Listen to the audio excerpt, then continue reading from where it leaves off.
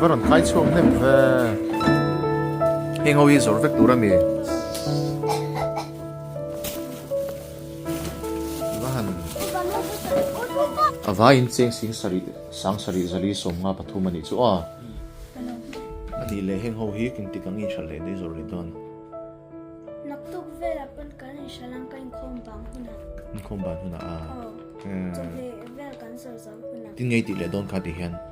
anu te ka pe te tok dona anu ni na pi pele dona nang mat kol top lovin nang ma ta ni sia nga tinge anu ni dei pe ga sikol man tu vela te khan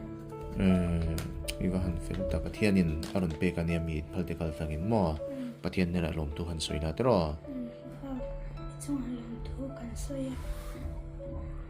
anu te apa te lo en kol chala ka u baural no po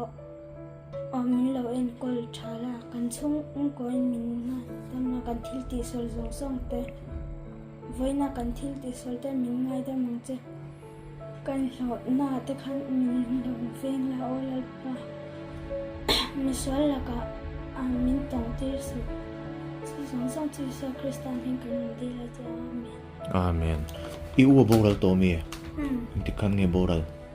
December nge ka ka she to lo ti nge boral motor nan chi la scooty an chong nan khan van ji